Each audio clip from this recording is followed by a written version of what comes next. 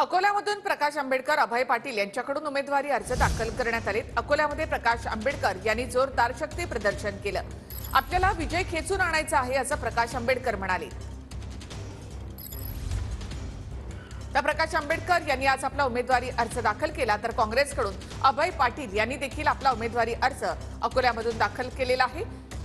वंचितचे प्रकाश आंबेडकर, काँग्रेसचे अभय पाटील अशी लढत या ठिकाणी होणार।